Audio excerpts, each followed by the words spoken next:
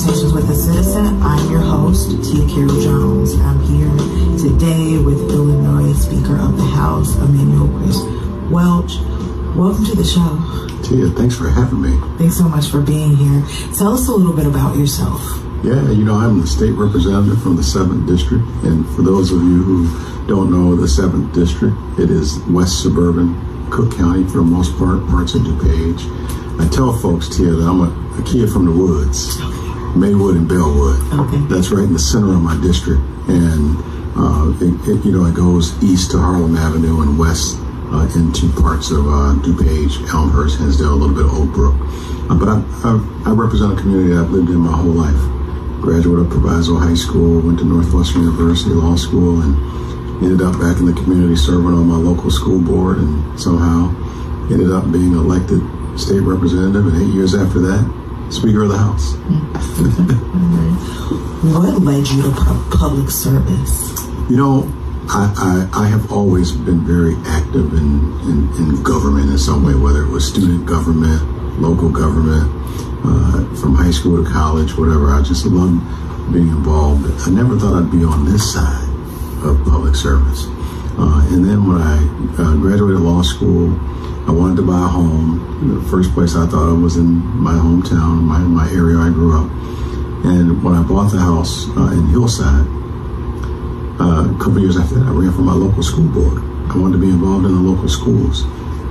I didn't think local school boards were political. I thought I was just giving back, doing some public service, and boy, didn't realize really, truly until running for the board how political school boards can be.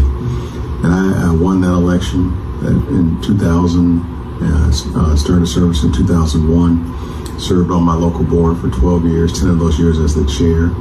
And after 12 years on the Proviso Township High School District 209 board, I got elected to be state representative and started in 13. But the real learning happened on that school board. Okay. How does your background shape your decision making as Speaker of the House? Wow, I think everything that I have done in my life, God was preparing me for this role. Whether it was my involvement in high school and college and student government, whether it was playing sports, baseball, football, and the discipline and the team camaraderie, sportsmanship that you learn from working and being involved in sports, to being a lawyer and my training as a lawyer, being a trial lawyer specifically, comfortable speaking in a courtroom before a jury and things of that nature. Working at WGN-TV as a weekend assignment editor and knowing news for 7 years back in the early 90s. All of that, I think, has helped me as a state representative and certainly as a speaker. It's really helped shape me. What do you think is the most common misconception about the role of Speaker of the House? I don't know if I would say misconception or perception. I would say most folks don't even understand the role. Okay. I tell folks I'm Speaker of the House, and sometimes they're just looking at me with that blank look. And the Speaker of the House is truly one of the leaders of the state. As state representative, I'm elected to represent my district that I serve. Those folks aren't happy, and I'm not state representative. I'm not even there. And per the Illinois Constitution, the first order of business after state representatives are sworn into office is to elect a Speaker of the House. And the Speaker of the House is the CEO. You run the day-to-day operations of the chamber.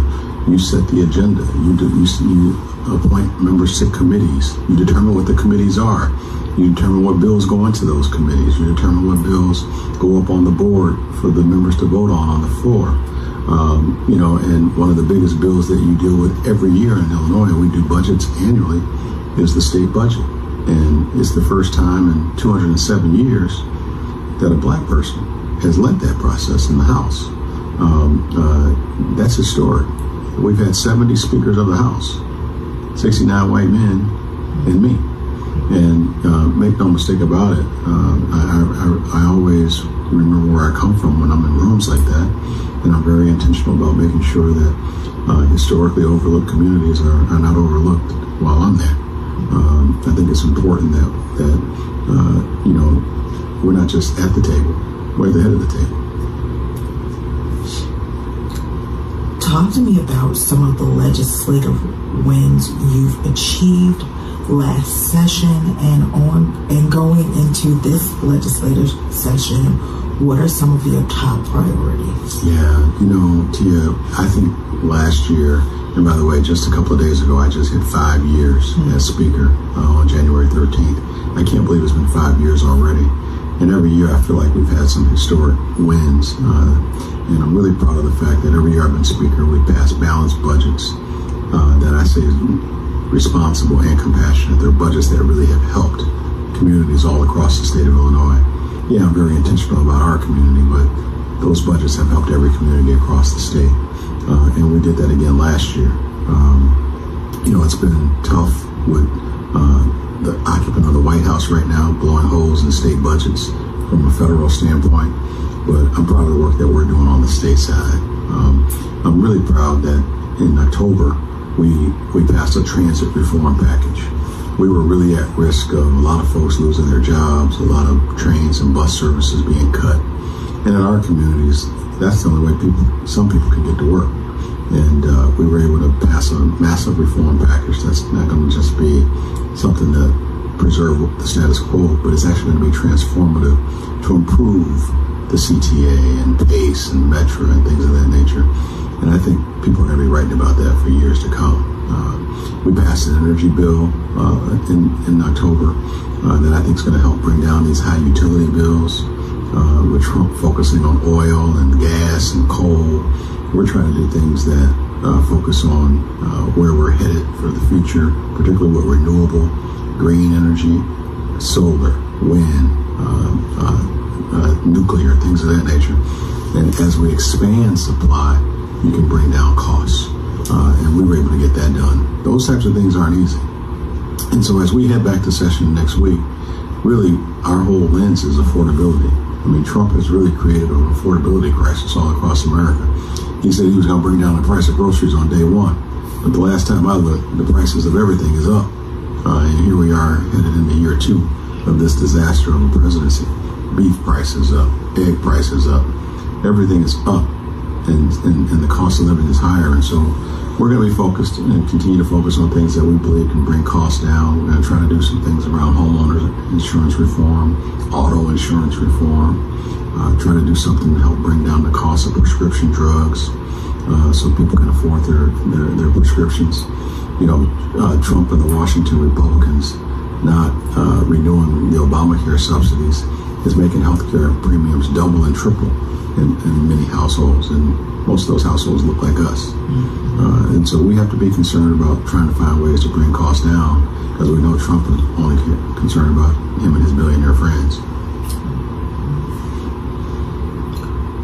How are you working across the aisle to ensure that Illinois residents in urban and rural communities are thriving? Well, I got to say, particularly since I've been Speaker, the Republican Party that I work with is very similar to the MAGA Republicans that are running the country. And so since I've been Speaker, they haven't voted for a single budget. But as I said to you moments ago, the budgets that we've passed have helped everybody across this state. As Speaker of the House, I'm not Speaker of the Democrats. I'm Speaker of the House. And I run the House. And I got to govern and make sure I keep an oath to the entire state. And those budgets have helped communities all across the state, whether the Republicans have decided to vote no and be the party of no every year since I've been Speaker. And I still try to reach out and do my part. Last year, I appointed a Republican to chair a committee.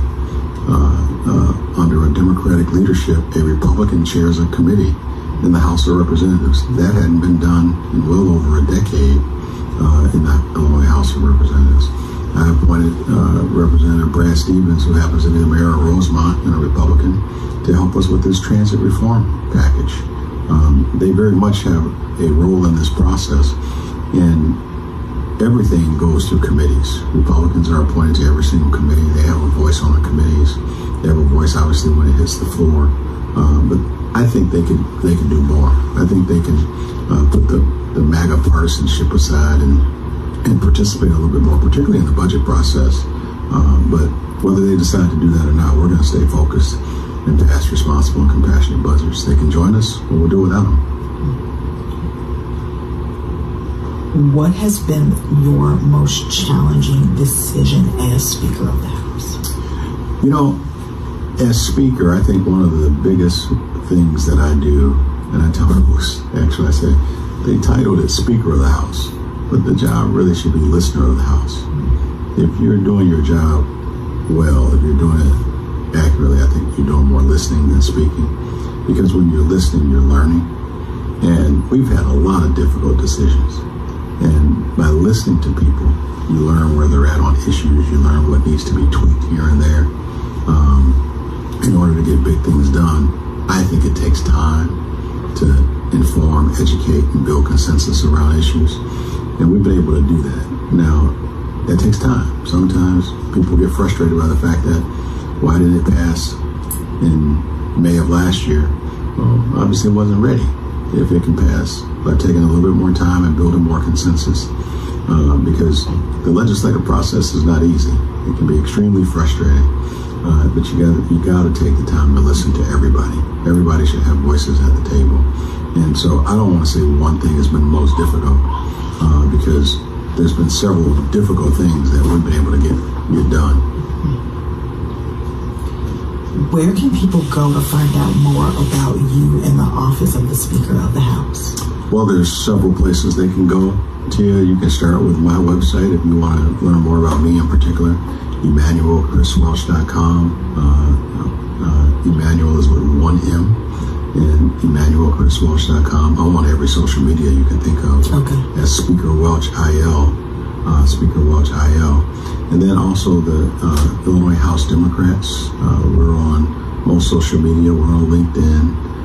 And also ILGA.gov. That's our General Assembly website. And if you're a junkie, you can play on that thing and learn all kind of stuff about bills in the House and the Senate. The Senate President and I have pledged with the Better Government Association to a lot more transparency than ever before. So there's going to be archives put up on that thing that you can go and have a lot of fun looking at some of that old stuff. Before we wrap up, is there anything else you'd like our audience to know? I think the biggest thing that we need to know is that people need to be involved. And I think the audience that listens to you really needs to be involved. I don't think anyone's happy with what's going on in our country right now. And Donald Trump won his second term as president by the lowest vote margin in American presidential history. And that's because people didn't get involved. They didn't go vote. And I've been telling folks, the biggest threat to our democracy is not just violence. The biggest threat to our democracy is indifference. And if we don't get out there and vote, this is what we end up with. We end up with a president who's taking us back before the civil rights. He's trying to gut everything that Dr. Martin Luther King, whose birthday is today, God rest his soul, thank God we had him here on this earth. Everything he fought for, this president is trying to reverse. And we have to get involved, not be indifferent, if we're going to continue to fight for the things that we really believe in and what matters in our communities. Well, thank you so much for being here. Well, thank you for having me. It's been an honor.